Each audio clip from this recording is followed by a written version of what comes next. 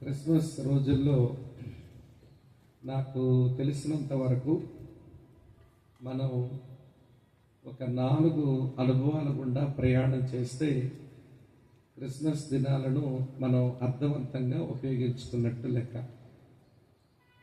Christmas దినాలలో మనం పొందవలసిన మొదటి అనుభవం క్రీస్తును గూర్చిన అవగాహన. ఇప్పటికే మనకు కొంత అవగాహన ఉంటుంది, కానీ ఇంకా ప్రభువును గురించి అవగాహన పెంచుకోవలసినవి చాలా మిగిలి ఉంటాయి. కనుక ప్రతి క్రిస్మస్లో ప్రభువును గురించిన అవగాహన మనలో పెరుగుతూ ఉండాలి. అప్పుడే మనం ప్రభువులాగా మారుతాం. ఇది మొదటి అనుభవం. రెండవ సంగతి, క్రిస్మస్ దినాలలో క్రీస్తుతో అన్యోన్యత పెరగాలి. Intimacy with Christ. ఆయన గురించి ఎరుగుతున్న కొలది ఆయనతో మనకు అన్యోన్యత పెరుగుతూ ఉండాలి. ఇది రెండవ అనుభవం. మూడవ అనుభవం ఏంటంటే క్రీస్తుని ఆరాధించడం. ఏమండి, ఈ రోజున ఆరాధన అనే ప్రక్రియలు బాగా జరుగుతున్నాయి, కానీ ప్రభువుకు ఇంపైన సువాసనగా, పరిమళ వాసనగా ఉండేటట్టు మనం ఆరాధించడం ఈ దినాల్లో మనం నేర్చుకోవాలి. క్రీస్తుని గురించిన అవగాహన పెరగకపోయినా, క్రీస్తుతో మన అన్యోన్యత పెరగకపోయినా, క్రీస్తుని ఆరాధించడంలో మనం అభివృద్ధి చెందకపోయినా, నాలుగో మాట క్రీస్తుకు అర్పించుకొనుట. ఏమి మన దగ్గర నుంచి ఆ ప్రభు కోరుతున్నాడో దాన్ని ప్రభువుకు అర్పించుకునే ఒక ఆధ్యాత్మిక మెట్టు మనకు రావాలి. ఈ 4 అనుభవాల గుండా ఈ దినాలు గడవకపోతే మన క్రిస్మస్ దినాలను సరిగా మనం సద్వినియోగం చేసుకున్నట్టు అవ్వదు. కనుక ఈ రోజుల్లో ఇవన్నీ, ఈ 4 పనులు చేయడానికి హంగులు, ఆర్భాటాలు, అలంకరణలు, లేకపోతే ఆడంబరాలు ఇవన్నీ పెద్ద అవసరం లేదు. ఈ 4 కొరకు ప్రియులారా, ఇవన్నీ పెద్ద అవసరం అనిపిస్తే, ఎవరైనా ప్రభువుని ఎరగని వారికి అవసరం అని అనుకుంటే అవి చేయటం అది అవసరమేమో, కానీ ఈ 4 మంచి అనుభవాలు మనం పొందేందుకు హంగులు, ఆర్భాటాలు, ఆడంబరాలు, అలంకరణలతో మనకేమి పని. అసలు పాకలో పుట్టినోడికి పాకలో పుట్టిన ఆయన గురించి ప్రసంగించడానికి ఇవన్నీ మనం కల్పించుకున్నవే, కానీ పాకలో పుట్టినోడికి ఏం అవసరం లేదు. పాకలో పుట్టిన నన్ను మీరు అర్థం చేసుకుంటే చాలు అని ఆయన కోరుతున్నాడు, కానీ ఆయన అర్థం చేసుకోవడం అని అన్నీ తెచ్చిపెట్టుకుంటున్నాం. అందుచేతనే అన్నిటి మధ్యలో ఆయన చంపేస్తుంటాం మనం. నేను ఎప్పుడో ఒక దేవుని సేవకుడు చెప్పగా కథ విన్నాను. అది నిజంగా సంభవించిందంటే ఎక్కడో ఆయన చెబుతూ ఉన్నాడు. పిల్లై ఒక 6 సంవత్సరాలు దాటింది, పిల్లలు పుట్టలేదట. మొత్తానికి ఆ వైద్యుడిని ఈ వైద్యుడిని సంప్రదిస్తే మరి ఎట్టకేలకు వారికి ఒక పిల్లాడు పుట్టినాడు. సరే, పిల్లాడు పుట్టాడు కదా, ఫస్ట్ బర్త్డే గ్రాండ్గా చేద్దాం అనుకున్నారు. మనంతా గ్రాండ్లు పిచ్చే కదా, ఏమంటే గ్రాండ్గా చేద్దాం అనుకున్నారండి. సరే, బంధువులను, స్నేహితులను, ఆప్తులను, ఏమండి శ్రేయోభిలాషల్ని ఎవరిని మర్చిపోకుండా ఇన్విటేషన్ ఇచ్చారు. ఇల్లు కూడా బాగా డెకరేట్ చేశారు, కొంచెం సౌండ్లు పెట్టారు, మంచి మ్యూజిక్లు ఇంట్లో ఏర్పాటు చేసుకున్నారు. సరే, సాయంత్రం 5 గంటల నుంచి ఇక బర్త్డే మీటింగ్ ప్రారంభమవుతుంది. సరే, ఈలోగా తల్లి ఆ పిల్లాడికి ఏదో స్నానం చేయించి కొత్త బట్టలు వేసి వాడికి వేడితో అమ్మ స్నానం చేయించిందేమో నిద్ర వచ్చేస్తుంది. కానీ నిద్రపోతున్న పిల్లాడిని ఎప్పుడు వాళ్ళది డూప్లెక్స్ బిల్డింగ్, పైన మెట్లెక్కి అక్కడ పడుకోబెట్టేది. ఎప్పుడు పడుకుని వాళ్ళ బెడ్రూమ్ అది. మరి కింద ఏదో గెస్ట్ల బెడ్రూమ్ ఉంది, అందులో వాళ్ళు ఎప్పుడు పెద్ద పడుకోరు. మరి కొద్దిసేపు కదా పిల్లాడు పడుకునేది, మళ్ళీ వచ్చేయాలి కదా బర్త్డే సెలబ్రేషన్. కానీ ఆ పైన గదిలో డూప్లెక్స్లో పిల్లాడిని పడుకోబెట్టకుండా ఈ గెస్ట్ రూమ్లో పడుకోబెట్టి దుప్పటి కప్పి ఏసీ వేసి పండబెట్టింది. ఈవిడ పనుల్లో ఈవిడుంది. ఇక వచ్చిన వాళ్ళంతా బహుమానాలు ఏమేమో తెస్తున్నారట. మొత్తం బహుమానాలన్నీ పని మనిషికి అందిస్తూ ఉంది. ఆ పని మనిషి కిందగా తీసుకెళ్ళి ఆ గెస్ట్ బెడ్రూమ్లోనే బెడ్ మీద పేరుస్తూ ఉంది. సరే, మొత్తానికి మంచం పెద్ద పోగే అయ్యింది బహుమానాలతో. మరి 5 గంటలకు అందరూ వచ్చారు. 6కి పిలిచి రండి, త్వరగా రండి, కేక్ కట్ చేసేద్దాం అని చెప్పి వారు ఏర్పాట్లు చేస్తుంటే, మరి పిల్లాడు తీసుకురండి అనంటే అమ్మగారు అన్నారట పని మనిషితో, ఏ లత, పిల్లాడిని తీసుకురావే అంది. ఆవిడేమో గబగబా మెట్లెక్కబోతుంటే, మెట్లెక్కుతున్నావు ఎందుకు, నేను అక్కడ పడుకోబెట్టలేదు, నేను ఇక్కడే పడుకోబెట్టాను, ఈ గదిలో ఉంది అనగానే ఆ పని మనిషి అమ్మో అందంట. అనగానే అక్కడ ఉన్న వాళ్ళంతా గుండె జారిపోయింది. ఏమిట్రా అమ్మో అంటుందని చెప్పి అనుకునేసరికి పరుగున ఆమె ఆ గెస్ట్ బెడ్రూమ్లోకి పరిగెత్తింది. వెనకాల వీరు కూడా పరిగెత్తారు. మంచం మీద ఇంత పోగు పడింది, ఏంటి బహుమానాల పోగు. ఇక చూస్తారా, వీళ్ళ కాళ్ళు చేతులు వణికిపోతున్నాయి. పిల్లాడు ఏమయ్యాడో తెలియదు. ఆ మంచం మీద పెట్టిన వస్తువులన్నీ గబగబా లాగేస్తున్నారట, తోసేస్తున్నారు కిందకి. చివరికి అడుగున పిల్లాడున్నాడు. ఆ పిల్లవాడిని గుడ్డ మీద బాతున్నారు, ఒట్టు మీద కొడుతున్నారు. ఏడుపు లేదు, కుయ్యం లేదు, మొర్రో లేదు. అసలు వాడు ఎప్పుడో చచ్చిపోయాడు. వాడు ఊపిరాడక ఉన్నప్పుడు వాడు ఏడ్చే ఉంటాడు. ఈ మ్యూజిక్ల శబ్దంలో, ఈ పాటల శబ్దంలో మొత్తానికి ఆడు ఏడుపు ఎవరికీ వినబడలే. ఏమంటే చివరికి అందరూ తెచ్చిన బహుమానాలతో పుట్టినరోజుని వాడికి పాడి కట్టే రోజు చేశారు వాళ్ళు. ఇదంతా మీకు ఎందుకు చెప్పాల్సి వచ్చిందనంటే, ఈ దినముల్లో క్రిస్మస్లు అలానే కనబడుతున్నాయి. ఎవరి పేరు మీద క్రిస్మస్ పండుగ చేసుకుంటున్నారో ఆయన్ను చంపి పడేసి మన హంగులు, మన ఆర్భాటాలు, మన ఆడంబరాలు, అలా మన అలంకరణలు ఇంత అంతా వర్ణించలేకపోతున్నాం. దేవునికి స్తోత్రం. కప్ ఆఫ్ వాటర్స్ వాళ్ళు సాదాసీదాగానే పెట్టారు. అసలు ఎలా ఉంటేనే నిజమైన క్రిస్మస్ అన్నమాట. దేవునికి స్తోత్రం చెప్పని ఇలాంటి వాటి చెప్పరు మీరు. అందులో ఆర్భాటాలుండి చప్పట్లు కొట్టే కేకలు వేసి అసలు ఉంటుందండి మధ్య అన్నట్టు అలవాటు అయిపోయింది. అంతే, మనమంతా ఏమంటే ఆ వరవడిలో వెళ్ళిపోతా ఉన్నాం. సరే, చాలా సంతోషం. మరోసారి ప్రభునామంలో దైవ సేవకులైన వారికి, కప్ ఆఫ్ వాటర్ పరిచర్యలో ఉన్న ప్రియులందరికీ నేను కృతజ్ఞతలు చెల్లిస్తా ఉన్నాను. నాకు తెలిసిన సమాచారం ప్రకారం 1 గంట సేపు మొదటి సందేశం, తర్వాత మరో గంట సేపు మరో సందేశం చెప్పాలి. మధ్యలో మీకు కొంచెం తేనేటి విందు ఉంది, అదే టీ బ్రేక్. తేనేటి విందు అంటే ఏదో అనుకునేది, ఏమండి టీ బ్రేక్ ఉంటుంది. టీ తాగే అలవాటు లేకపోతే వాటర్ బ్రేక్ తీసుకోండి. ఏమండి వాటర్ బ్రేక్ కూడా వద్దంటే కొంచెం స్టాండింగ్ బ్రేక్ అన్నా తీసుకోండి, లేకపోతే వాకింగ్ బ్రేక్ అన్నా తీసుకోండి. కొంచెం ఇటు నడిచినా నిలబడినా టీ తాగినా కొంచెం మనం కొంచెం రిలాక్స్ అవుతాం.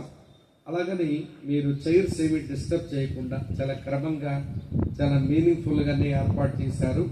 దీన్ని మనం డిస్టర్బ్ చేయకుండా మనం ట్రూ క్రిస్మస్, నిజమైన క్రిస్మస్ సెలబ్రేషన్ మనం కలిగి ఉందాం. అట్టి కృప దేవుడు మనందరికీ అనుగ్రహించుగాక. ఆమె చెప్తారా? ఈ క్రిస్మస్లో క్రీస్తు పూర్వం క్రిస్మస్ చెప్తాను, క్రీస్తు శకం క్రిస్మస్ కూడా చెప్తాను. మొదటి ప్రసంగం ఒక సేవకుడు చేసుకునే క్రీస్తు పూర్వం క్రిస్మస్ చెప్తాను. రెండో వర్తమానంలో ఒక సేవకుడు చేసుకున్న క్రీస్తు శకము క్రిస్మస్ చెప్తాను. ఈ రెండింటితో మీరింటికి పోయి పూర్వమైన అందించండి, శకమైన అందించండి. మన సంఘాలకు మెట్టుకు మన సంఘాలు దీవించబడతాయని ఆశపడతా ఉన్నాను. పూర్వం ముందు, శకం తర్వాత రండి. మొట్టమొదట కీర్తనల గ్రంథం నుంచి 23వ కీర్తన 2వ వచనం ఇలా ఉంది. 23వ కీర్తన 2వ వచనం, పచ్చిక గల చోట్లను ఆయన నన్ను పరుండజేయుచున్నాడు, శాంతికరమైన జలముల యొద్ద నన్ను నడిపించుచున్నాడు. ప్రార్థిస్తాం. పరమ తండ్రి, మీకు స్తోత్రాలు చెల్లిస్తున్నాము. మేమంతా నీ సేవకులం, ప్రత్యక్షంగాను పరోక్షంగాను నీ పరిచర్యకు సహకారులం. కప్ ఆఫ్ వాటర్ పరిచర్యలో ఉన్న సేవకులను బట్టి, సహకారులను బట్టి అలాగనే ఆర్థికంగా సహకరిస్తున్న వారిని బట్టి, ప్రత్యక్షంగా పనిచేస్తున్న వారిని బట్టి మీకు వందనాలు చెల్లిస్తూ ఈ సమయం మాకు దీవెనకరంగా చేయమని, మాతో మాట్లాడమని క్రీస్తు యేసు నామంలోనే స్తోత్రాలు చెల్లించి అడిగి వేడుకొని మీకే ప్రార్థిస్తున్నాము తండ్రి. ఆమేన్. ఆమేన్. ప్రభునందు ప్రియ సహోదర సహోదరులారా, ప్రస్తుతం మనం జీవిస్తున్న ఈ దినాలు చింతలతో మనుషుల మనసులు పాడైపోతున్న దినాలు. చింత, విచారం, ఒత్తిడి ఇవన్నీ మనుషుల జీవితంలో బహు సర్వసాధారణమైన విషయాలైన ఈ రోజుల్లో ఉన్నతమైన చోట కూర్చొని అధికారం చలాయించే మంత్రి గారి దగ్గర నుంచి చివరికి దిగువ స్థాయిలో ఉన్న మనిషి వరకు ప్రతి వారు ఏదో ఒత్తిడికి, చింతకు, విచారానికి లోనవుతూనే ఉన్నారు. ఒక రాజకీయ నాయకుడు మంత్రి పదవిలో ఉన్నవాడు, ఆయనకి ఏంటండి చింత అని మీరు అనుకుంటున్నారేమో. ఈ 5 సంవత్సరాలకు ఓట్లేసి నన్ను గెలిపించారు, మరి భవిష్యత్తు కాలంలో నాకు రాజకీయ భవిష్యత్తు ఉంటుందో ఊడుతుందో, నేను ఒక్కడే కాదు నా పార్టీ ఏమైపోతుందో అనే చింత ఒక రాజకీయ నాయకుడికి ఉంటుంది, పాలిటీషియన్కి ఉంటుంది. మనుషుల ముందుకు వచ్చినప్పుడు తెల్ల చొక్కా వేసి తెల్ల ప్యాంట్ వేసుకుని నవ్వుతూ దండాలు పెడుతూ కనబడతారు, కానీ వీళ్ళ పైకి వీళ్ళ ముఖాలు మంచు పర్వతాలే, కానీ వారి గుండెల్లో అగ్ని పర్వతాలు ఉంటాయని మనకు తెలియదు. కారణం ఏంటంటే వారు ముందున్న కాలంలో వారికి రాజకీయ భవిష్యత్తు దొరుకుతుందో లేదో అన్న చింత వాళ్ళకు ఉంది. వ్యాపారస్తులు లక్షల రూపాయలు పెట్టుబడులు పెట్టే వ్యాపారాలు చేస్తున్నారు. వారు ఆశించినంత లాభాలు వస్తాయో రావో అనేది వాళ్ళకు కూడా చింతనే. దివాలా కోరులమైతే ఏమైపోతామో, అసలు లాభాలు వస్తాయో రాదో అనేది వాళ్ళ చింత. మరి వ్యవసాయదారులకు చింత ఉండదు అనుకుంటున్నారా? ఈ రోజుల్లో పొలం మీద పంట వేసిన తర్వాత పండిన పంట ఇంటిలోకి వచ్చే వరకు ఈ రైతులందరూ చింతకు లోనవుతున్నది. ఎప్పుడు తుఫాన్లు వస్తాయో తెలియదు. అయితే అతివృష్టి లేకపోతే అనావృష్టి, వర్షాలు లేక పొలమన్నా ఎండిపోద్ది, లేదంటే తుఫానులు వచ్చి పండిన పంట అయినా పాడైపోద్ది.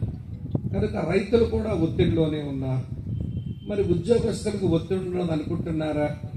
వారి పై అధికారులు ఎప్పుడు పిలిచి కోప్పడి మెమో చేతిలో పెడతారో భయం వేస్తూ ఉంటుంది. అలాగే వారు కష్టపడి పనిచేస్తున్న వారు ఆశించిన ఆదాయం, జీతాలు రాకపోయినా, అలాగనే పై అధికారుల దగ్గర నుంచి మన్నల మాట పక్కన పెట్టండి, పొగట్టల మాట పక్కన పెట్టండి, తిట్లు దోషణలతో చివరకు మెమో ఇచ్చి దీన్ని సంజయ్ ఇవ్వండి అని పై అధికారి అడుగుతూ ఉంటే, నా మెమో సంగతి ఎస్ఆర్లో పడిపోతే నా క్రెడిబిలిటీ ఏమైపోద్ది అని ఉద్యోగస్తులు ఒత్తిడికి లోనవుతారు. అందుకని అలా పరుగులు ఉరుకులు చూడండి, టైంకి వెళ్ళాలి. లేకపోతే ఎవరి ఎఫ్ఆర్ఎస్లో నేను కనబడకపోతే ఆ రోజు నేను లీవ్ పెట్టినట్లు లెక్కేస్తాను. అలాగ 3 సార్లు జరిగిందనుకోండి, ఒక రోజు జీతమే పోతుందంట. ఏమేమో భయపడుతున్నారండి, ఉద్యోగస్తులు ఒత్తిడితోనే ఉన్నారు. అలాగని విద్యార్థులకు వచ్చి ఉండదు అనుకుంటున్నారా? వినండి ప్రియులారా, సంవత్సరం అంతా వారు బాగా చదివి అసలు డిసెంబర్ నెల నుంచి మొదలవుతుందండి వాళ్ళ ఒత్తిడి. జూన్ నెలలో కాలేజీలు తెరవబడతాయి. డిసెంబర్ నెల వరకు వీళ్ళు ఆడుతూ పాడుతూ గడిపేస్తారు. ఇక డిసెంబర్ నెల నుంచి చూడండి ఒత్తిడే ఒత్తిడి. మమ్మీ నేను కంబైన్డ్ స్టడీ చేసుకుంటాను, నేను నైట్ అవుట్లు చేసేస్తాను నా ఫ్రెండ్తో కలిసి అని. వీళ్ళు రాత్రంతా ఈ కంబైన్డ్ స్టడీ చేయడానికి మళ్ళీ 1/2 డజన్ చక్కెర కేలీలు, పక్కన 2 బ్రిటానియా బిస్కెట్ ప్యాకెట్లు, ఫ్లాస్క్లో ఇవ్వండి ఫ్లాస్కుడు కాఫీ, ఇన్ని పెట్టి అమ్మ బాబులు కావాలి. మొత్తానికి జూన్ నెల నుంచి డిసెంబర్ వరకు ఏం చేశారు? ఒకసారి గుడ్డు కొర్రానికి పళ్ళు తోమేరేమో, చదవడానికి అవ్వలేదు. ఇప్పుడు చూడండి, జనవరి నుంచి మార్చి వచ్చే లోపు వీళ్ళ హైరాణ. మొత్తానికి ఒత్తిడికి లోనవుతున్నారు. చెప్పడానికి ఇవన్నీ చెప్తున్నారు. మరి అందరూ ఒత్తిడిలో ఉన్నారు. మరి సేవకులకు ఒత్తిడి ఉంటుంది అనుకుంటున్నారా? ఆ తెల్ల ప్యాంటు తెల్ల చొక్కా వేసుకుని అయ్యగారు అనిపించుకుంటున్న సేవకులకు ఒత్తిడి ఉండదు అనుకుంటే మీరు చాలా పొరపాటు పడినట్టే. మాకున్న ఒత్తిడి ఎవరికీ ఉండదు. ఎందుకంటే విశ్వాసులైన మీరు ఎప్పుడు నవ్వుతూ మాతో బాగుంటారో మాకు అర్థమై సావదు. ఎప్పుడు మా మీద మూతి ముడుచుకొని మాకు దూరం అయిపోతారు, అది మాకు అర్థం కాదు.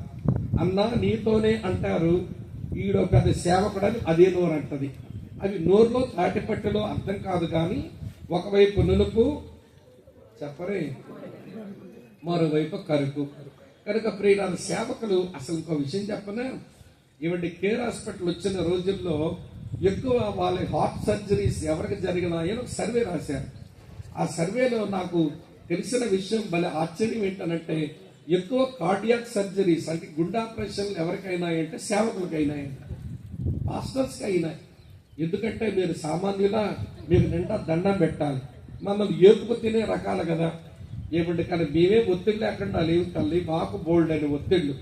మీ కుటుంబంలో మీ కుటుంబం గురించే ఒత్తిడి, కానీ సేవకుడికి తనకున్న కుటుంబాలన్నింటి గురించి ఒత్తిడి.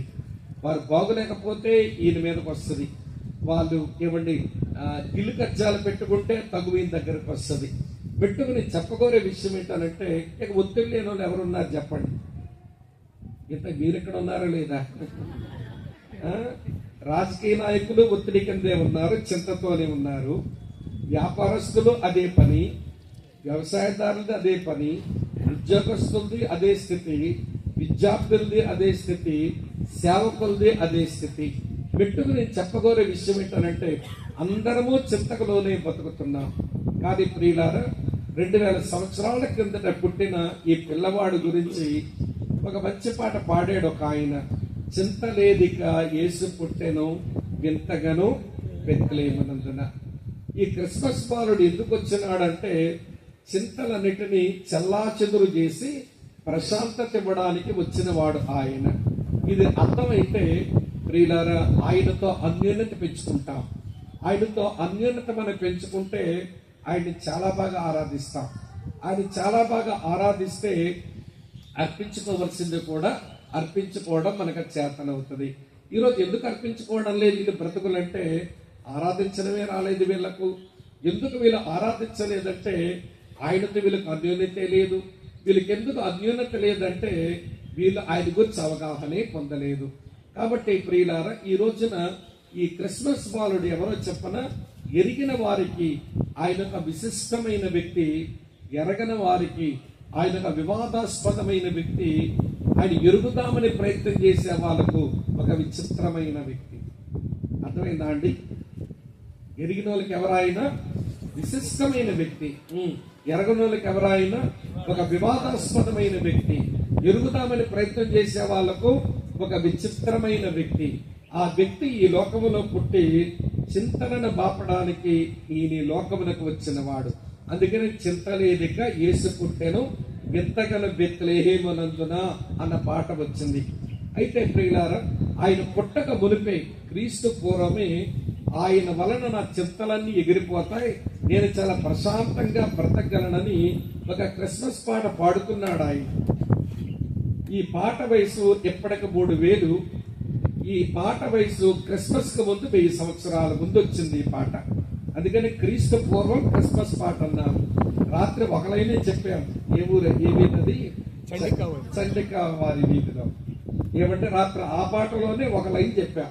అది క్రిస్మస్ పాట. 3000 సంవత్సరాల క్రిందటి ఏమంటే క్రిస్మస్ పాట.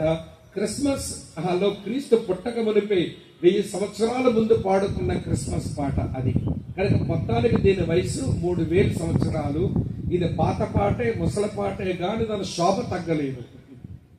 అది ధ్యానించే వాళ్ళ బ్రతుకులు ఏ రోజుల్లో అయినా గొప్ప మార్పుకే వస్తున్నాయి. కాబట్టి ప్రియుల, ఆ పాటలోంచి 2వ చరణం నేను చదివాను. ఈ పాట పాడుతున్న ఆ పెద్ద ఆయన, నేను చింతల నుంచి విడుదల పొందానండి, నాకు ఇక చింత లేదండి, నాకు పుట్టవలసిన వాడు పుడతాడు ఒక రోజు అని పాడుకుంటున్నాడు. పచ్చిక గల చోట్లను ఆయన నన్ను పరుండ చేయుచున్నాడు, శాంతికరమైన జలముల యొద్దకు ఆయన నన్ను నడిపించుచున్నాడు. పోయి ఆయన్ని అడుగుదాం, ఇక ఎవరిని అడగడం ఎందుకు? అన్నా దావీదు గారు, నీకేదో చింత లేనట్టు, నువ్వు చాలా ప్రశాంతంగా ఉన్నట్టు, ఏదో క్రిస్మస్ పాట పాడుకున్నావు, ఆ చింతలన్నీ తొలగించేవాడు పుడతాడని పాడుకున్నావే, అసలు ఈ చింతలు లేవంటే నా బతుకును కొంచెం ఆలోచించండి. నా లోటోడి చింత లేకపోతే మీకుంటుందా? నాకు ఎన్ని చింతలో తెలుసా అండి? నేను ఏ ఇంట్లోనైతే పుట్టానో ఆ ఇంట్లోనే నేను లెక్కల్లో లేని మనిషిని. ఇంగ్లీష్లో ఏమంటారంటే David was an unrooted fellow in Jesse's family అంటారు. అంటే యెష్షయి కుటుంబంలో ఆయన లెక్కల్లో లేని మనిషి. అసలు ఇంట్లో శుభకార్యం చేసుకుంటున్నారమ్మా, శుభకార్యం జరిగించుకుంటున్నప్పుడు ఇంటిల్లపాది సభ్యులను పిలుచుకుంటారుగా. యెష్షయి ఇంట్లో శుభకార్యం జరుగుతుంది, దైవజనుడు పాస్టర్ గారు సమూయేలు గారు వచ్చి ఆయన దహన బలి అర్పిస్తాడు, ఒక శుభకార్యం ఆ ఇంటికి. మరి యెష్షయి కొడుకులందరినీ పిలిపించినాడు కానీ మరి దావీదుని పిలిపించని. ఆడు గొర్రెలు కాసుకున్నాడు, ఆడి పెద్ద లెక్క ఏంటండి? ఆడు పెద్ద గొర్రెలు కాసుకున్నాడు, ఆడి పెద్ద లెక్క ఏంటండి? కనుక నేను ఇంట్లో ఉంటున్నప్పుడు నా కుటుంబ సభ్యులతోనే నేను పరాయి వాడిలాగా చూడబడ్డాను. ఎంత ఒత్తిడికి లోనయ్యాను. మీరు ఏ ఇంట్లోనైతే బ్రతుకుతుంటారో ఆ ఇంట్లో ఉన్న మనుషులు నేను పరాయి మనిషిగా చూస్తున్నారనుకోండి, సంతోషంగా ఉంటుందా నీ జీవితం? నేను ఇంట్లో పుట్టలేదా? నేను ఈ కుటుంబ సభ్యుడు కాదా? ఈ ఇంటికి చెందిన వాటికి నేను హక్కుదారుడు కాదా? నేను వారసురాలు కాదా? ఎన్ని రకాలైన ఒత్తిడికి లోనవుతామో. అలాంటిది ఈ దావీదు అనే ఈయన జీవితం కూడా అంతే. తను ఏ ఇంట్లోనైతే పుట్టాడో ఆ ఇంట్లోనే ఇంటి సభ్యులంతా పరాయి వాడిని చూసినట్టుగా చూస్తుంటే తాను ఒక సోదరి స్నేహితులారా ఒత్తిడికి లోనయ్యాడు. ఇంటిలో ఆ ఒత్తిడండి నాకు. తర్వాత నేను అరణ్యంలోకి వెళ్ళాను. నాయన నాకు కొన్ని గొర్రెలు అప్పగించాడు, వాటన్నిటిని మేపమన్నాడు. అందులో ఒకటి తప్పిపోయినా నాయన అడుగుతాడు. కనుక నేను నన్ను కాపాడాలి. ఎటువైపు నుంచి ఎలుగుబట్టి వస్తుందో నాకు తెలియదు, ఎటువైపు నుంచి శ్రమ వస్తుందో నాకు తెలియదు. నాయన అప్పగించిన గొర్రెను కాపాడకపోతే నేను నిందపడతానని అక్కడ భలే ఒత్తిడికి లోనైపోయానండి. ఇది క్రూర మృగాల బట్టి నాకు వచ్చే ఒత్తిడి. వింటున్నారా లేదా? కుటుంబ సభ్యులను బట్టి ఒత్తిడే, క్రూర మృగాలను బట్టి కూడా నాకు ఒత్తిడి. అటు తర్వాత అన్నదమ్ములు యుద్ధానికి వెళ్ళారు, నాయనేలు ఇచ్చిరమ్మన్నాడని నేను అక్కడ వెళితేను, అక్కడ వెళ్ళగానే ఒకడు ఆజానుబాహుడే బలవంతుడే, కాకపోతే యెహోవా దేవుని మీద పిచ్చి కోతలు కూస్తున్నాడు. ఆయన నమ్మినటువంటి ప్రజల మీద అనవసరమైనటువంటి ప్రలాపనలు వాడు పేలుతా ఉన్నాడు. అది తట్టుకోలేకపోయాను. జీవము గల దేవుని సైన్యమును ఎదిరించడానికి ఈ సున్నత లేని ఫిలిస్తీయుడు ఏ పాటి వాడని నాకు రోషం రాగా అక్కడ నేను ఒత్తిడికి లోనయ్యాను. వింటున్నారా లేదా? ఇంటిలోని ఒత్తిడే, అరణ్యంలోని ఒత్తిడే, యుద్ధ భూమిలోని ఒత్తిడి. చివరికి మహాదైన బట్టి నేను కొంచెం విజయాలు పొందాను కాబట్టి ఇప్పుడు రాజుగారు నన్ను తన అంతఃపురంలో పెట్టుకున్నారు. అతను యోధుల మీద అధికారిగా చేశాడు. ఉద్యోగం పెద్ద ఉద్యోగం వచ్చింది అనుకున్నాను కానీ అది నా ప్రాణాల మీదకి వస్తుందనే విషయం నాకు అర్థం కాల. ఏ రోజైతే నన్ను ఆ ఇంట్లో ఉన్న యువతుల మీద అధికారిగా చేశాడో ఆ రాజు చేతిలో ఈటి ఉంటే నన్ను పొడిచి గోడకు బిగించి చంపేద్దాం 2 సార్లు ఈటి ఇసిరాడు ఆ రాజు. నేను ఆయనకి మేలు చేస్తే ఆయన నాకు కీడు చేస్తున్నాడు. ఆయన పక్షంగా నేను యుద్ధాలు చేస్తే ఆయన నన్ను చంపేద్దాం అనుకుంటున్నాడు. అంతఃపురంలో కూడా ఒత్తిడికి లోనయ్యానండి. అమ్మా వింటున్నారా లేదా మీరు? సరే, అంతఃపురంలో ఒత్తిడి అయిపోయింది. దేవుని మహాదయను బట్టి నేను ఇశ్రాయేలుకు రాజు అయ్యే భాగ్యం నాకు దొరికితే రాజు అయ్యాను. రాజుగా నేను కూర్చున్న తర్వాత నా కొడుకే నా మీద మడిమెత్తాడండి. నేను కన్న కొడుకే నా మీద మడిమెత్తాడు. నన్ను సింహాసనం నుంచి కిందగా తోశాడు. చివరికి చెప్పులు లేకుండా అరణ్యాన్ని బట్టి తిరిగే ఒక భయంకరమైన బతుకు నాకు ఇచ్చాడండి. అక్కడ నాకు ఒత్తిడి. సింహాసనం కూర్చున్నప్పుడు ఒత్తిడి, అంతఃపురంలో ఉన్నప్పుడు ఒత్తిడి, యుద్ధ భూమిలో ఉన్నప్పుడు ఒత్తిడి, అరణ్యంలో ఉంటున్నప్పుడు ఒత్తిడి, ఇంటిలో ఉన్నప్పుడు ఒత్తిడి. ఇన్ని చింతల కింద ఉన్న నేను క్రిస్మస్ పాట ఎంత బాగా పాడుకుంటున్నానంటే ఈ చింతల నుంచి విడుదల పొందని వెంటో నాకు తెలిసిపోయింది. వింటున్నారా లేదు? సేవకులు ఈ క్రిస్మస్ పాట పాడుకోవాలి. మనకి ఎన్ని ఒత్తిళ్ళు ఉన్నా ఈ ఒత్తిడి నుంచి విడుదల పొందడం నేర్చుకోవాలి. ఎలాగ ఈ ఒత్తిడి నుంచి విడుదల పొందగలమో ఆ పెద్ద మనిషిని అడుగుదాం. మనం ఎందుకు మన సొంత మాటలు చెప్పుకోవడం? దావీదు బాబు, ఇశ్రాయేలీల రెండవ రాజా దావీదు, నువ్వు ఒత్తిడి నుంచి విడుదల పొందానని, చింతల నుంచి బయటకు రాగలిగినావని భలే పాడుకున్నావే. నువ్వు చింతల నుంచి విడుదల పొందడానికి నీ క్రిస్మస్ పాట యొక్క తాత్పర్యం ఏంటి అని అంటే ఆయన అంటున్నాడు, చెప్తాను వినండి. నా కాపరి నాకు సమీపంగా వచ్చాడు గనక. ఇంతమా, నా కాపరి నాకు సమీపంగా వచ్చాడు గనక. ఆయన యెహోవాగా పరలోకవాసి, కానీ కాపరిగా ఉండడం కొరకు కన్యమర్య గర్భంలో శరీరం తీసుకుని వచ్చి ఆ యెహోవా నా కాపరి ఇప్పుడు నాకు చాలా దగ్గరకు వచ్చాడు. పశ్చిమ దగ్గరికి ఎవరు తీసుకెళ్తున్నారు? ఆయనే. శాంతికరమైన జలముల యొక్కకు ఎవరు తీసుకెళ్తున్నారు? ఆయనే. మరి ఆయన అంత సమీపంగా ఉంటే నాకెందుకండి చింత, నాకెందుకండి దిగులు, నాకెందుకండి విచారం, నాకెందుకండి దుఃఖం, నాకెందుకండి ఏమండి కలవరం? ప్రశాంతంగా ఉంది నా జీవితం. ఎన్ని ఒత్తిడిలో ఎక్కడెక్కడ నాకు కలిగాయో చెప్పాను మీకు. ఇంట్లోని ఒత్తిడి చెప్పండి, అరణ్యంలోని ఒత్తిడి, యుద్ధ భూమిలోని ఒత్తిడి, అంతఃపురంలోని ఒత్తిడి, సింహాసనం మీదకి వచ్చిన ఒత్తిడి. నేను ఎక్కడికి వెళ్ళినా చింతలు నన్ను వెంటాడుతూనే వచ్చాయి, నన్ను ఏడిపిస్తూనే ఉన్నాయి. కానీ వీటన్నిటిలో ప్రశాంతంగా నేను ఎట్లా బతికానంటే నా కాపరి నాకు సమీపానికి వచ్చాడండి. అమ్మా వింటున్నారా? ఇక్కడ సేవకులమైన మనం, విశ్వాసులైన వారందరూ వినాలి. క్రిస్మస్ అంటే దేవుడు పాపులకు సమీపంగా ఉండడానికి దిగి రావటమే. ఏంటండి క్రిస్మస్ అంటే? పరిశుద్ధుడైన దేవుడు పాపులకు సమీపంగా ఉండడానికి దిగి రావటమే. ఆయన సమీపానికి వచ్చాడు. అందుకే ఆయన పేరు బుద్ధి యేసు మాత్రమే కాదు, ఆయన పేరు ఇమ్మానుయేలు. ఇమ్మానుయేలు అంటే అర్థం దేవుడు మనకు తోడు అని అర్థం. ఆయన మన సమీపానికి వచ్చి మనకు తోడుగా ఉండడానికి ఇష్టపడినవాడు. దేవుడు సమీపానికి వచ్చి మనకు తోడుగా ఉంటే అసలు ఎలాంటి ప్రయోజనాలు ఉంటాయో తెలిస్తే ఆ తోడుగా వచ్చిన ఈ పరమాత్ముడిని హృదయపూర్వకంగా ఆరాధించడం మనకు చేతనవును. తోడుగా ఉండడానికి సమీపంగా వచ్చిన ఈ క్రిస్మస్ బాలుడిని హృదయపూర్వకంగా ఆరాధించడం అనే చేతనవుతుంది. నేను ఒక 4 తలంపులు చూపిస్తాను మీకు. ఆయన సమీపానికి వచ్చి తోడైపోతే మనకు ఏవి ప్రయోజనాలు చెప్తాను రండి. అపోస్తలుల కార్యాల గ్రంథం 7వ అధ్యాయం. స్టెఫను తన ప్రసంగంలో చెప్పాడు ఈ మాట. అపోస్తలుల కార్యాలు 7వ అధ్యాయం చదువుతున్నాను. 9వ వచనం చూడండి. అపోస్తలుల కార్యాలు 7వ అధ్యాయం 9వ వచనం. ఆ గోత్రకర్తలు మత్సరపడి యోసేపును ఐగుప్తులోని పోవుటకు అమ్మివేసిరి గాని దేవుడు అతనికి తోడై ఉండి అతను శ్రమలన్నిటిలో నుండి తప్పించి. ఏంటండి? నా శ్రమలన్నిటిలో నుండి తప్పించి. అన్నదమ్ములే మత్సరపడ్డారు, అసూయపడ్డారు, చివరికి గోతులో తోశారు, గోతులోంచి తీసేసి మళ్ళీ వర్తకులకు బానిసగా అమ్మేశారు. అయినా కానీ దేవుడు తోడుకున్న కారణం చేత నా జీవితం ఎట్లా మారిందో తెలుసా? ఇది యోసేపు మాట్లాడుతున్న మాట. యోసేపు మాట్లాడుతున్న మాట. గోతులో తొయ్యబడితేని, బానిసగా అమ్మబడితేని, చివరి దోషిగా చెరసాల్లో పెట్టబడితేని. కానీ అద్భుతమైన విషయం, దేవుడు నాకు తోడయున్న కారణం చేత ప్రపంచానికి సామ్రాజ్య అధినేత అయిన ఫరో దగ్గర నేను ఐగుప్తు సామ్రాజ్య ప్రధానమంత్రిని అయిపోయింది.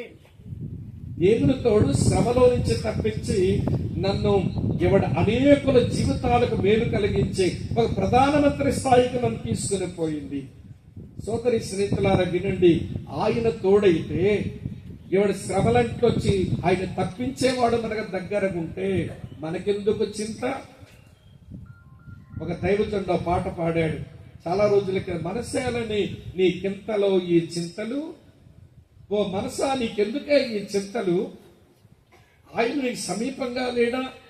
ఈ రోజున 2000 సంవత్సరాల క్రిందట పరలోకములు ఉండేటువంటి ఆ మహాదేవుడు శరీరంతో ఈ లోకానికి భూమి మీద దిగి వచ్చి మనుషులకు చాలా సమీపమైపోయాడండి ఆయన. అందుకనే పౌలు ఇలా ప్రసంగం చేశాడు. అపొస్తలుల కార్యం 17:27లో ఆయన మనలో ఎవరికి దూరముగా ఉండేవాడు కాదు. నేను ఎక్కడ ఉంటాను, సంవత్సరానికి ఒకసారి నా దగ్గర రా, డబ్బులే ఖర్చు పెట్టుకుంటావో, అప్పులే చేస్తావో, తిప్పలే పడతావో, తంటాలే పడతా నాకు అనవసరం, సంవత్సరానికి ఒకసారి వచ్చిన చూసుకొని పో అని చెప్పేవాడు కాదు ఈయన. ఆయనే మనుషులకు సమీపంగా దిగి వచ్చినటువంటి వాడు. అలాగ దిగివచ్చి ఆయన తోడైతే మనుషులు శ్రమలన్నింటిలోంచి తప్పించబడతారని ఇది ఒక శుభవార్త అండి. అందుకనే భక్తుడు పాడాడు, చింత లేదక యేసు పుట్టాను వింతగన బెత్లెహేమునందున. మరి వింతగా పుట్టాడండి ఆయన, మనుషులకు తోడవడానికి పుట్టినాడు ఆయన. తోడై శ్రమలోంచి తప్పిస్తాడు. మొదటి మాట. రెండవ మాట చూపిస్తాను రండి నాతో కలిసి. రాజులు 2వ గ్రంథం 18వ అధ్యాయం. రాజులు 2వ గ్రంథం 18వ అధ్యాయం 7వ వచనం చదువుతా. కావున యెహోవా అతనికి తోడుగా ఉండెను, తాను వెళ్ళిన చోటనెల్లా అతడు జయము పొందెను. గమనించారా? వెళ్ళిన ప్రతి చోట జయం వస్తుందట. దేని బట్టి? అతని శక్తి సామర్థ్యాలను బట్టి కాదు. ఇది హిజ్కియా జీవితంలో జరిగిన ఒక అద్భుతమైన సంఘటన. అది ఆయన వెళ్ళిన ప్రతి చోట జయం దేని బట్టి వస్తుంది అంటే దేవుడు అతని తోడయ్యున్న కారణం చేత. అక్క చెల్లి తమ్ముడన్న వినండి, అపజయాలు గుండా ప్రయాణం చేసిన మన జీవితాలకు వెళ్ళిన ప్రతి చోట జయము దొరికేందుకు ఆయన మన సమీపానికి వచ్చి తోడైపోతే, మనుషులారా మీకెందుకింత చింత? దావీదు అంటున్నాడు, నేనేమి చింతపడలేదండి, నాకు అన్ని ఏరియాలో చింతలు వచ్చినాయి, కానీ ఆ చింతల కింద నలిగిపోయి చింతాక్రాంతుడై బ్రతకల. నా చింతల నిమిత్తమై చింతాక్రాంతుడే మరణించవలసిన ఒక నా కాపరబడి ఉన్నాడని నాకు తెలుసు.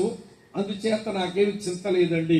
ఆయన శరీరంతో ఈ లోకానికి వచ్చి నాకు సమీపంగా ఉండి నాకు తోడైపోయినందున శ్రమలో నుంచి తప్పించగా, నేను వెళ్ళిన ప్రతి చోట జయము ప్రసాదించగా. మూడో మాట చెప్తాను రండి ప్రియులారా. మూడో మాట మరొక మంచి మాట. అదే సమూయేలు 2వ గ్రంథం 5వ అధ్యాయం 10వ వచనం చూడండి. సమూయేలు 2వ గ్రంథం 5వ అధ్యాయం 10వ వచనం. దావీదు అంతకంతకు వర్ధిల్లెను, సైన్యములకధిపతి యెహోవా అతనికి తోడుగా ఉండెను. ఈ వచనం చెప్తుంది అంతకంతకు వర్ధిల్లే జీవితం. దేవుడు ఎప్పుడు ఎవరిని వర్ధల చేసినా ఒక రాత్రిలో వర్ధిల్లేలా చేయడు. దేవుని పద్ధతి అది కాదు. అంతకంతకు అంతకంతకు అంతకంతకు. మనకేం మాయిదారు రోగమో కానీ ఒక రాత్రిలోనే ఆదాని అంబానీ అయిపోదాం అనుకుంటాం, చచ్చినవో. దేవుడు ఒక రాత్రిలోనే పెద్దోళం అయిపోదాం అనుకుంటాం. అభవం ఏమిటి? దేవుడు చేయటం లేదన్నట్టే దేవుని మీద నేరం మోపద్దు. దేవుని పద్ధతి ఏంటంటే అంతకంతకు అంతకంతకు అంతకంతకు నీవు తోడుగుండి వర్ధల చేస్తాడే గాని ఒక రెప్పపాటలో నడిమంత్రపు సిరినిచ్చి నిన్ను పాడు చేయడాయి. నడిమంత్రపు సిరి కలిగిన వాళ్ళు ఎవరైనా పాడైపోతారు. అంతకంతకు కష్టాలు పడుతూ ఏమంటే ఎదుగుతూ సంపాదించుకుంటూ ఉండేవాళ్ళు, కష్టం తెలిసిన వాళ్ళు కనుక జాగ్రత్తగానే బతుకుతారు. అంతెందుకండి, మేడ మీదకి మనం ఎక్కాలి, నేను కిందకు అడుగేస్తాను, చివరి మెట్టు మీద అడుగేస్తానని ఎగురు చూద్దాం, నడ్డిని కూర్చుంటా. అంతకంతకు ఎక్కయ్యా, మెట్లు ఎందుకు పెట్టారు ఇక్కడ? అంతకంతకు నువ్వు పైకి రావాలని. అంతేగాని ఒక్కసారి నేను పైకి కనబడతాను అనుకుంటే ఎగురు చూడు, నువ్వు ఏమంటే హాస్పిటల్ పడి ఉంటావు. కాబట్టి ప్రియమైన స్నేహితులారా, దేవుడు నాకు సమీపంగా వచ్చి నాకు తోడైనందున నేను అంతకంతకు వర్ధిల్లానండి. అర్థమవుతుందో లేదో మీకు? అందుకని ఈయన అంటాడు, నాకెందుకండి చింత? నన్ను శ్రమలోంచి ఆయన కాపాడుతుంటే, నేను వెళ్ళిన చోట నాకు విజయం ఇస్తుంటే, నన్ను అంతకంతకు వర్ధల చేస్తుంటే నాకెందుకండి చింత? ఆయన అంత సమీపానిగా వచ్చాడండి. ఇంకొక విషయం మీతో చెప్తాను. ఒకసారి యెహోషువ గ్రంథం 3వ అధ్యాయంలో ఉంటుంది ఈ మాట. యెహోషువ గ్రంథం 3వ అధ్యాయం చదువుతున్నాను చూడండి. ఇలా రాసి ఉంది 7వ వచనం. అప్పుడు యెహోవా యెహోషువతో ఇట్లనెను, నేను మోషేకు తోడై ఉండినట్లు నీకును తోడై ఉందనని ఇశ్రాయేలు అందరూ ఎరుగునట్లు నేడు వారి కన్నుల ఎదుట నేను గొప్ప చెయ్య మొదలు పెట్టేదను. అమ్మ వింటున్నారా? ఏం చేస్తాడట? గొప్ప చేస్తాడట. దేవుడు గొప్ప చెయ్యాలి అని దేవుడు పూనుకొని చెయ్యాలేమో కానీ మనం గొప్ప అయిపోవాలి అని మనం అనుకుంటే మనం గొప్పలు అవ్వలేము. ఈ రోజున వినండి, క్రైస్తవ సమాజంలో ఈ బలహీనత కనబడుతుంది. నాకు నేనుగా గొప్ప అయిపోతాను అనుకుంటున్నా. అందులోకి వచ్చిందే యూట్యూబ్. యూట్యూబ్ అంటే ఏంటో తెలుసా మీకు? యూట్యూబ్ అంటే నువ్వు గొట్టం అని చెప్పడం. ఈ అంటే నీవు, ట్యూబ్ అంటే గొట్టం. మొత్తానికి క్రైస్తవ సేవకులు ఎక్కువ మంది గొట్టంలోనే పడ్డారండి. ఈ గొట్టం నుంచి గొప్ప అవుదాం అనుకుంటున్నారు. ఏమంటే గొట్టం నుంచి గొప్పగా మీదకి వెళ్ళిపోదాం అనుకుంటున్నారు. నువ్వు అవ్వలేవు, నేను అవ్వలేను. ఆయన గొప్ప చేస్తే ఆపేవాడు ఎవడు లేడు. ఏమండి మనం గొప్ప అవుదాం అనుకుంటే అనర్థాలే తెచ్చుకుంటాం. నేను ఇవాడు సేవకు వచ్చిన తొలి రోజుల్లో ఒక సేవకుడితో కలిసి ఉంటే ఆయనకి ఎందుకో ఏమండి కొంతమంది కొంచెం ఇష్టం చూపిస్తారు కదండి, కొంచెం మాట్లాడుతున్నాం, కలుసుకుంటున్నాం, ప్రభువులో బలపరుస్తున్నాం, రక్షణలోకి నడిపిస్తున్నాం, వీళ్ళు గౌరవించగానే నాతో మంచి సంబంధాలు కలిగి ఉండవలసిన వీడితో మొదలెట్టారు ఏంటని. అంతవరకు బాబు స్వామి నువ్వు ఉద్యోగం రాజీనామా చేయి, నువ్వు సేవకు రావాలి అని ఇంత బాగా చెప్పిన పెద్ద ఆయన ఒక్కసారి తలుపులన్నీ మూసేశాడండి. సంఘస్థులతో అంటాడు, మీరు ఎవరు ఆత్మ మాట్లాడుతూ. నేను అనుకున్నాను అయ్యగారితో కలిసి ఉండి ఈ యేసు ప్రభుని ఎరగని ప్రాంతాల్లో చక్కగా సేవ చేయొచ్చు అని నేను వస్తే చివరికేమో ఆయన ఉద్యోగం రాజీనామా చేసే వరకు నువ్వు సేవకు రావాలన్న పెద్ద ఆయన తీరా సేవకు వచ్చిన తర్వాత ఎందుకో మనసు కొంచెం కఠినమయ్యాక ఏడిపించాడండి. మరి నాకు ఎవరి సేవ అంటే ఏంటో తెలీదు, క్రైస్తవం కూడా తెలీదు, నా వెనకాల ఎవరు క్రైస్తవులు లేరు. బాధపడుతూ ఉంటే ఒకసారి ఉద్రేకం ఆపుకోరు, కొంతమంది అయ్యగారులు ఉద్రేకం ఆపుకోలేరు. ఇంద్రుని దగ్గర ఉండదు వీళ్ళకు. ఏమంటే పరుషులు ఏమన్నాడు తెలుసండి, ఈ జిల్లాలోనే కనపడకుండా చేస్తున్నాడు. అసలు ఆయన వచ్చిందే పశ్చిమ గోదావరి జిల్లా నుంచి, నేను శ్రీకాకుళం జిల్లా వాడిని, నా జిల్లాలో నన్ను కనపడకుండా చేస్తానన్నాడు. మరి అయ్యగారు ఎందుకు అంత టెంపర్మెంట్ లూజ్ అయిపోయారు? దేవుని సేవకులకి తను తగదు కదా, ఏమిటి ఎట్లా మాట్లాడేశారని అనుకున్న ఒక 4 రోజులకి వింటున్నారు. టెక్కల ఊర్లో మీటింగ్లు పెట్టారు ఎవరో. ఆ మీటింగ్ లో వాక్యం చెప్పడానికి నన్ను పిలిచారు. వింటున్నారా లేదా మీరు? ఇంతకీ కోట నడిపించవలసిన బాధ్యత పాస్ గారికి ఇచ్చారు. ఇప్పుడు ఆయన నన్ను పిలిచి అభినందించి ప్రసంగం చేయడానికి మైకి నా చేతికి ఇవ్వాలి. పాప ఆయన ఎందుకులే, మనసంతా బాగులేదు ఆయనకి, మళ్ళీ ఆయన మాట్లాడి నన్ను పరిచయం చేస్తుంటే మనస్తాపం చెప్తాడని ఇక వాక్య ప్రసంగం టైం వచ్చారు. ఆయన చెప్పడం నేను వచ్చి భయపడుతుని ప్రసంగం చేసేసుకున్నాను. అప్పుడు అర్థమైందండి, దేవుడు ఒక మనిషిని గొప్ప చేయాలి అని అనుకుంటే వాడు ఎవడట్టగలుగుతాడండి? మోషేకు తోడయి ఉండి నేను గొప్ప చేసినట్లు జాషువా నేను నిన్ను గొప్ప చేస్తానన్నాడు. ఇంకొక బిడ్డోరు నేను ఒక దేశం వెళ్ళేసరికి ఒక పాప వచ్చి అన్నయ్య వందనాలంది, తెలుగు అమ్మాయి.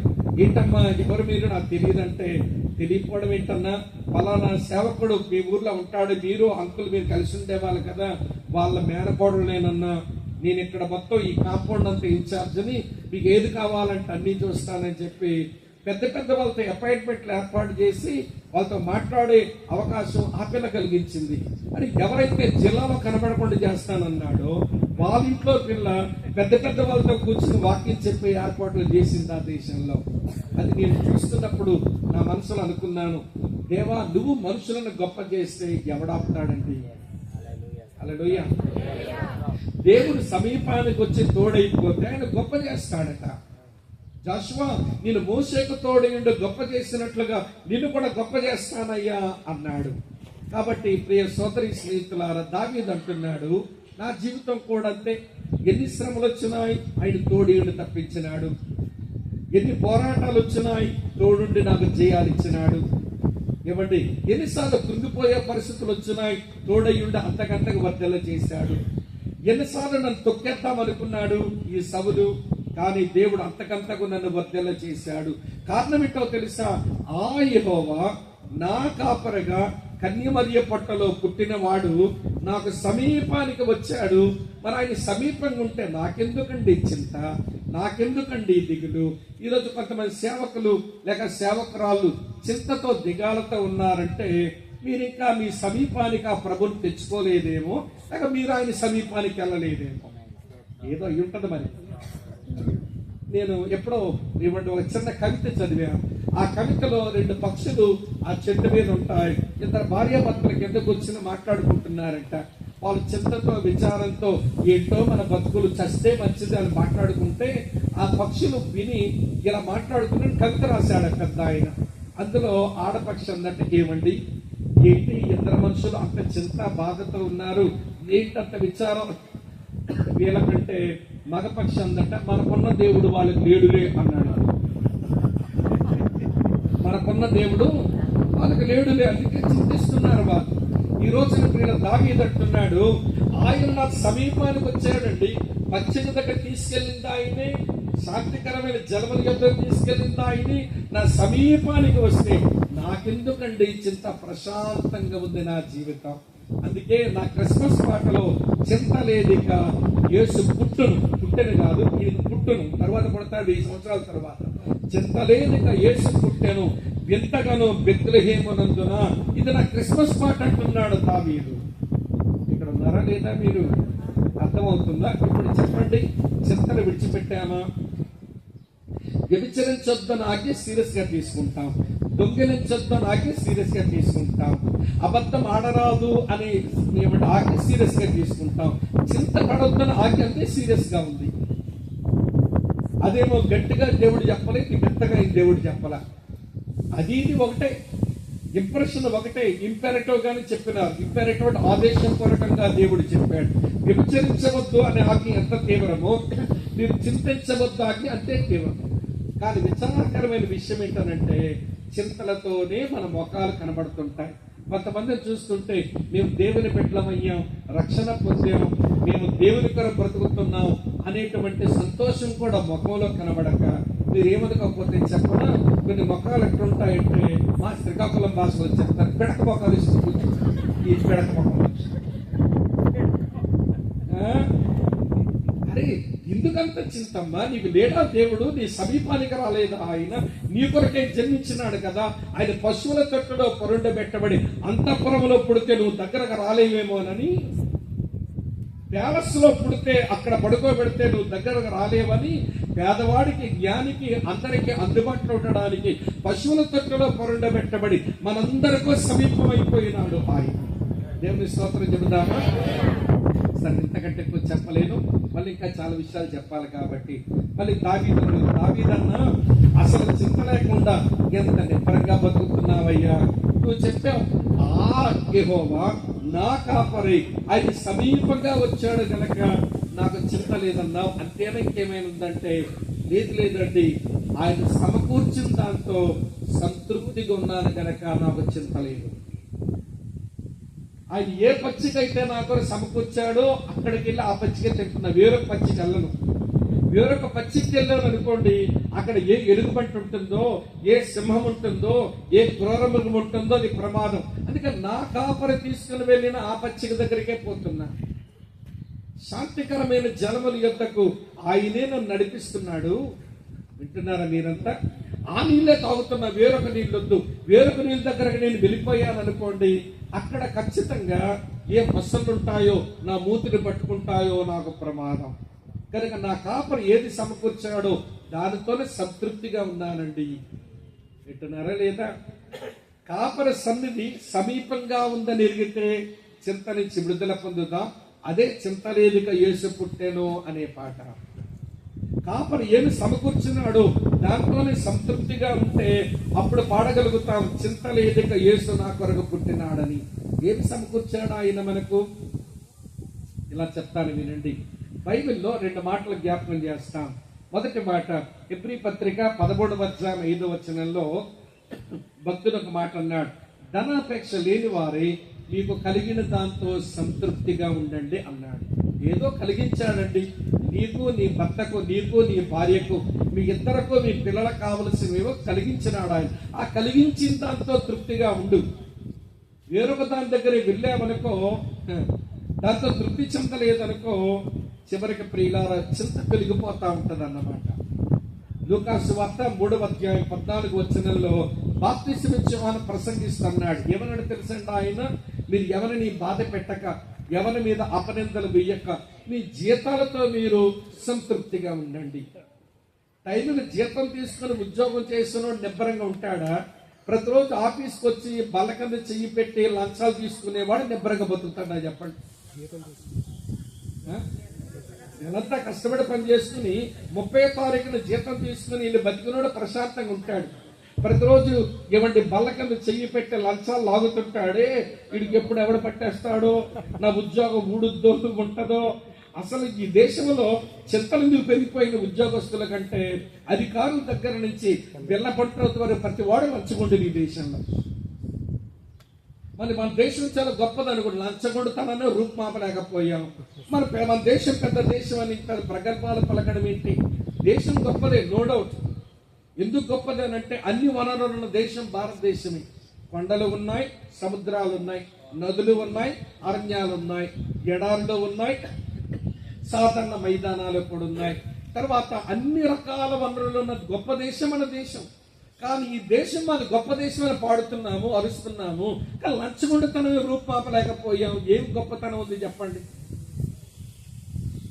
వింటున్నారని? దేవుడిచ్చిన వనరులు బట్టి ఇది గొప్ప దేశమే, కానీ మనుషులు ఆ గొప్పతనాన్ని పాడు చేసి లంచగొండితనం పోతుంది. ఈ లంచగొండులు ఎట్లుంటారో తెలుసండి, ప్రశాంతంగా పడుకోలేరండి.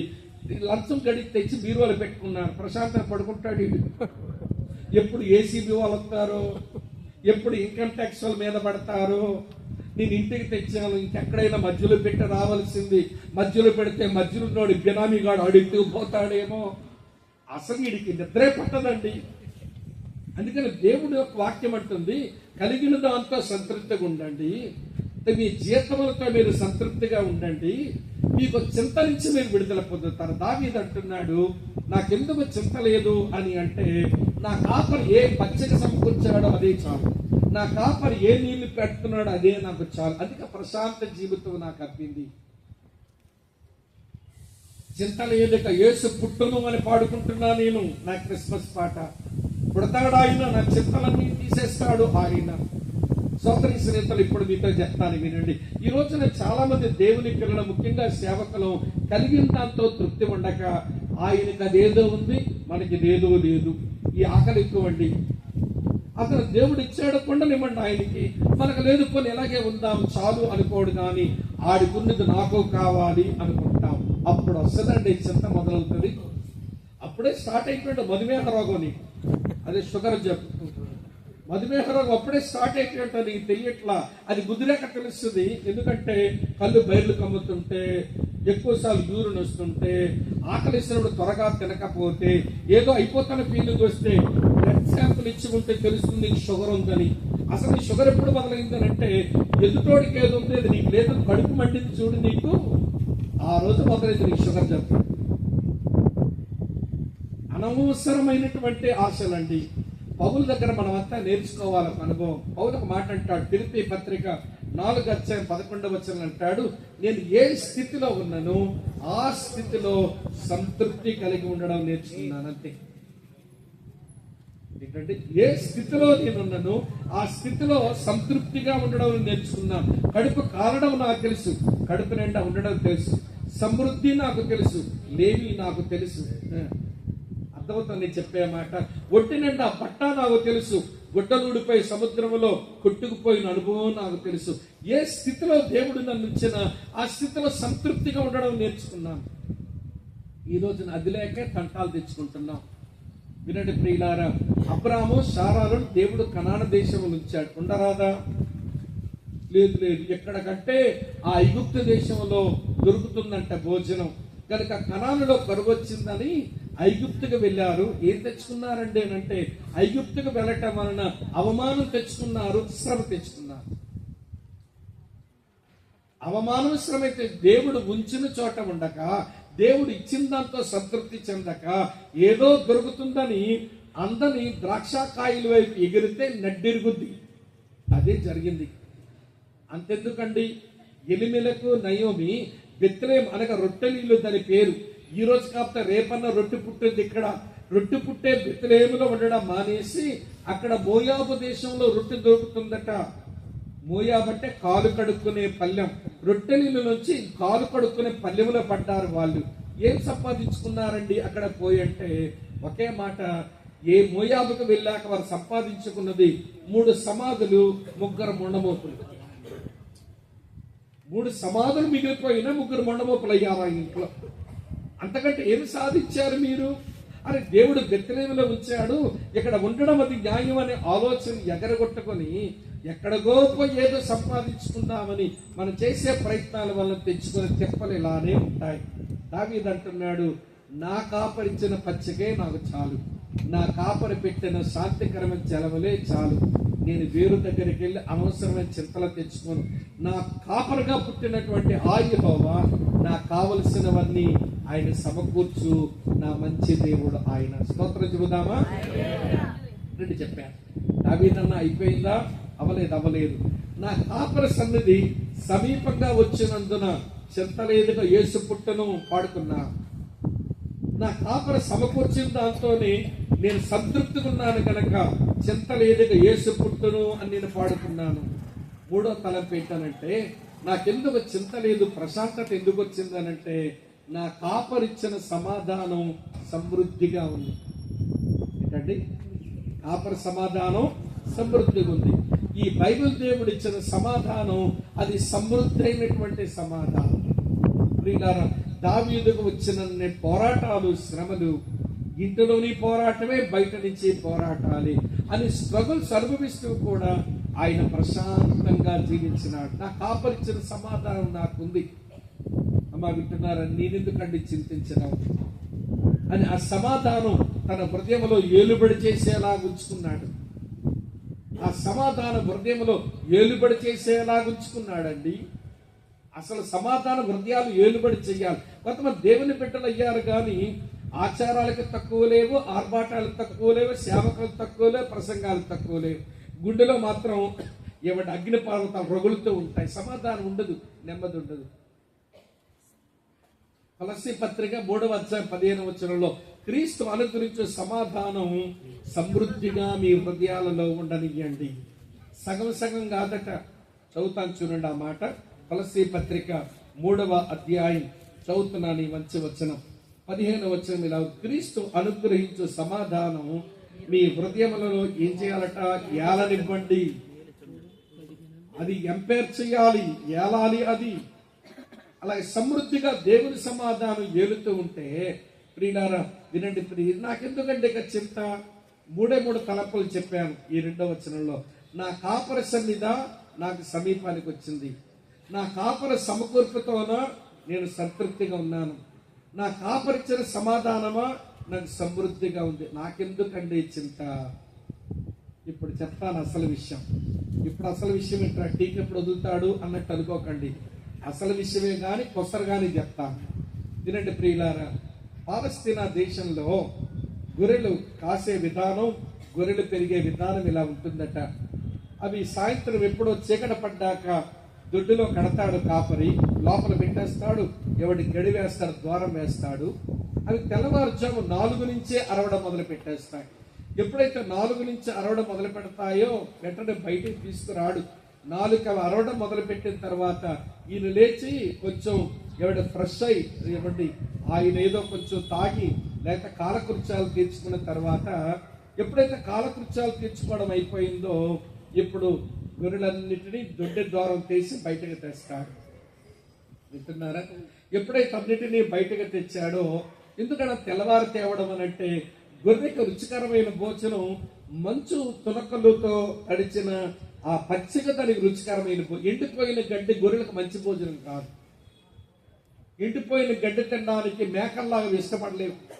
మేకలకు ఏదైనా లాగుతుంటాయి. ఇట్లా మేక పైనుంచి లాగుద్ది, గొర్రె తల ఉంచుకొని తినుద్ది.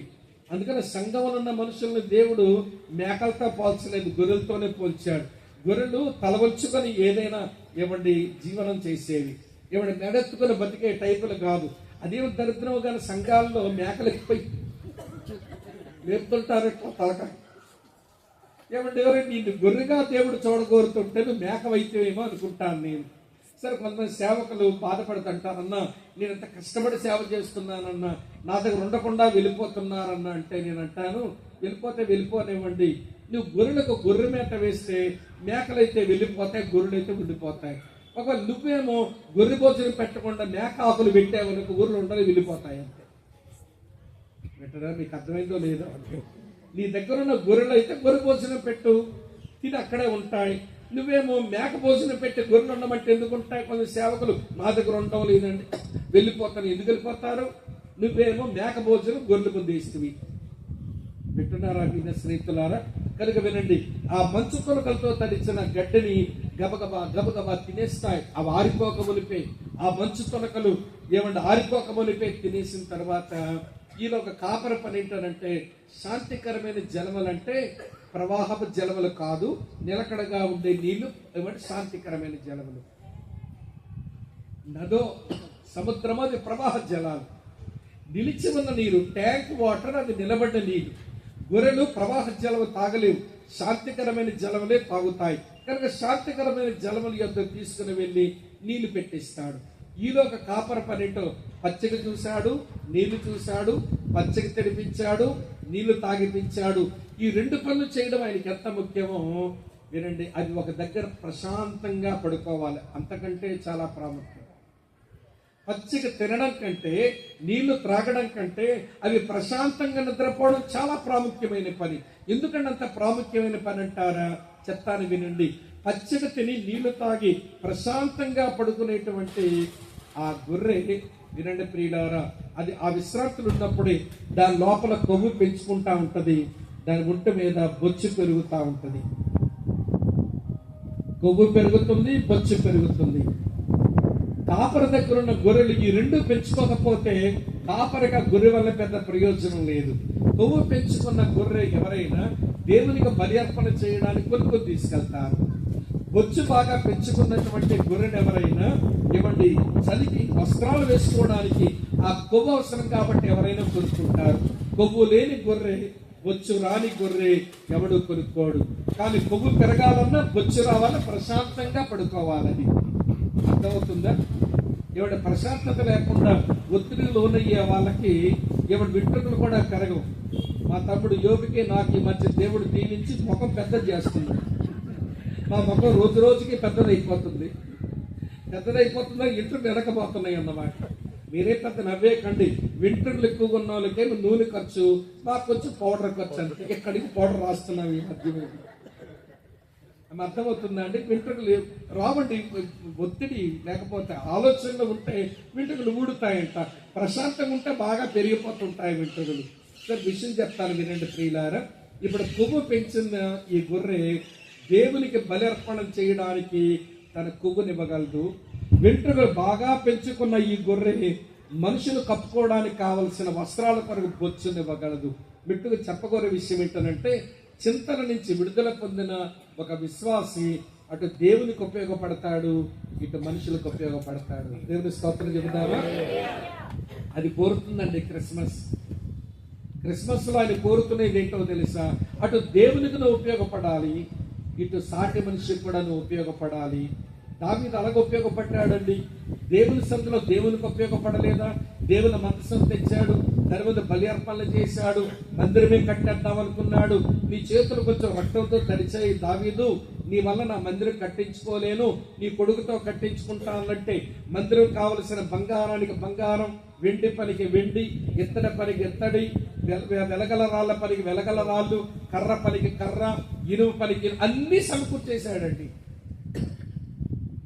దేవుని పని చేయడానికి అన్ని సమకూర్చాడు. అసలు సౌలు దినములలో మందసం ఎక్కడుందో ఎవడో తెలియలేదండి. దావీదు అన్నాడు, రాజవగాని సౌలు దినములలో మన యెహోవా మందసము దగ్గర మన విచారణ చేయకపోయాము, తీసుకొద్దాం రండి మందసం అన్నాడు. రాజు అవగానే మందిరం పనండి. దేవునికి ఎంత బాగా ఉపయోగపడ్డాడో దావీదు. అలా ఉపయోగపడిన దావీదు నిబంధన మంచం తీసుకొస్తుంటే మనుషులందరూ నిలబడ్డారు. ఒక విషయం చెప్తానండి, ఒక గంట సేపు ప్రసంగం చేసి ఎవరైనా వచ్చి మనుషులు ప్రార్థన చేయమంటే ఈ రోజులు అయ్యగారు మేము అలసిపోయాం. ఎంతసేపు అయ్యే ప్రసంగం చేస్తే తమ్ముడు గంట చేశారు. ఇప్పుడు ఏమైపోయారంటే వీళ్ళు అలసిపోయారంట. హోటల్లోనికి వెళ్ళి కాలు చాపుకొని వేడి నీళ్ళతో స్నానం చేసి ఒక ముద్దటిని ప్రశాంతంగా పడుకుంటే కానీ 2 రోజు సేవ చేయలేదు. ఏం భూబమ్మలో తెలియదండి అయ్యగారు. మరింత సుకుమారం అండి, మరింత సుకుమారంగా ఉండే వాళ్ళ సేవకేం పనికి వస్తామండి. వినండి చెప్తాను. ఇప్పుడు ఎక్కడో నిబంధన మందసం ఆ ఇంటి నుంచి తీసుకుని వస్తున్నప్పుడు దారి పొడుగున డ్యాన్స్ వేసుకొని, దారి పొడుగున బొల్లర్పించుకొని, దేవుడు నాట్యమాడి బొల్లర్పించి స్తుతించి మొత్తాన్ని నిబంధన మందసం పట్టణం తీసుకొచ్చేసిన తర్వాత మనుషులందరూ వచ్చి నిలబడ్డారంట. బాబు అంజూర పడి తీసుకురా, ఒక రొట్టె తీసుకురా, భక్ష్యం తీసుకురా అని చెప్పి ఒక్కొక్కరికి అవన్నీ ఇచ్చి ఆశీర్వదించి పంపుతున్నాడు అండి. ఎంతమందిని పంపాడు? ఈ విషయంలో తక్కువ మంది ఉంటారా? ఆ రోజులు యెరూషలేములో తక్కువ మంది ఉన్నారా? అందులో దేవుని నిబంధన మందస్సు మళ్ళీ వచ్చేస్తుంది యెరూషలేములో కంటే. మొత్తం యెరూషలేము పురవాసులంతా చేరుంటారు. ఒక్కొక్కరిని ఆశీర్వదించి వాళ్ళకి లక్ష్యము అంజూర పడలు ఇచ్చి రొట్టెనిచ్చి ఆశీర్వదించి వెళ్ళండి వెళ్ళండి, గాడ్ బ్లెస్ యూ, వెళ్ళండి, గాడ్ బ్లెస్ యూ, వెళ్ళండి, గాడ్ బ్లెస్ యూ, వెళ్ళండి అని అలాగా నిలబడంతా ఆశీర్వదించాడంట. ఆశీర్వదించి ఇంటికి వెళ్ళేసరికి ఇంట్లో ఆశీర్వదించడం మొదలు పెట్టాడు. వేడి నీళ్ళు స్నానం చేసుకుని మొదటిని పడుకోరాదా? మళ్ళీ ఈ కుటుంబమైన చిన్న చితక కుటుంబమా, ఎంతో మంది పిల్లలు, వాళ్ళందరిని ఆశీర్వదించడానికి ఇంటికి వెళ్ళాడంట. మనుషులకు ఉపయోగపడేవాడు చుట్టూ ఉన్న మనుషులకి సేవ చేస్తాడు, తన కుటుంబానికి కూడా సేవ చేస్తాడు. సేవకుడు అంటే దేవునికి సేవ చెయ్యాలి, సేవకుడు అంటే చుట్టూన్న మనుషులకి సేవ చెయ్యాలి, సేవకుడు అంటే తన కుటుంబ సభ్యులకి సేవ చెయ్యాలి. చాలా మంది సేవకుల ఫ్యామిలీ మెంబర్స్ సేవ చేయరు. ఊర్లో వాళ్ళందరికీ వీళ్ళు దేవదూతల్లా కనబడతాయి. ఆవిడగా ఇతగాడి సంగతి ఊరోళ్ళందరికీ అయ్యగారు దేవదూత, ఈవిడ దెయ్యం అంటున్నాను. ఎందుకనంటే సమయం ఎవడు కొనిపెట్టాడు, అవసరాలు చూడు, సేవకు పోతాడు. ఎంత సాక్ష్యం అండి! పోగొట్టుకున్న జీవితం ఇంట్లోనే పెట్టుకొని ఏం సేవ చేస్తామంటే వాళ్ళకాడు సేవ. నీ భార్య దగ్గరే సాక్ష్యం పోగొట్టుకున్నోడివి, నీ పెనిమిడి దగ్గర సాక్ష్యం పోగొట్టుకున్న దానివి, నీ వల్ల జరిగే సేవ ఏముంటుంది? కాబట్టి నేను మిమ్మల్ని నిందించడం లేదు, కానీ దావీదు అంత చింత నుంచి విడుదల పొంది నేను ప్రశాంతమైన జీవితం జీవించి నా క్రిస్మస్ సంతోషం పాట పాడుకుని నేను దేవునికి ఉపయోగపడ్డాను, మనుషులకు కూడా ఉపయోగపడ్డాను. ఇది నా క్రిస్మస్ ఆనందం. కనుక ఈ క్రిస్మస్ వేడుకల కప్ ఆఫ్ వాటర్, క్రిస్మస్ వేడుకలు అడుగుతున్నాను. ఈ కాపరి, ఈ దేవుడు వింటున్నారా? నీకు సమీపంగా తన సన్నిధిస్తున్నాడా? ఆయన సమకూర్చిన దాంతోనే సంతృప్తి ఉండడం చేతనవుతుందా? ఆయన ఇచ్చిన సమాధానంతో నువ్వు ప్రియులారా సమృద్ధి సమాధానమే అనుభవిస్తున్నావా? దేవునికి నీ సాటి మనిషికి నువ్వు ప్రయోజనకారుడివేనా? ఆలోచిద్దాం. కళ్ళు వంచండి, కళ్ళు మూసుకోండి, ప్రార్థన చేస్తాం.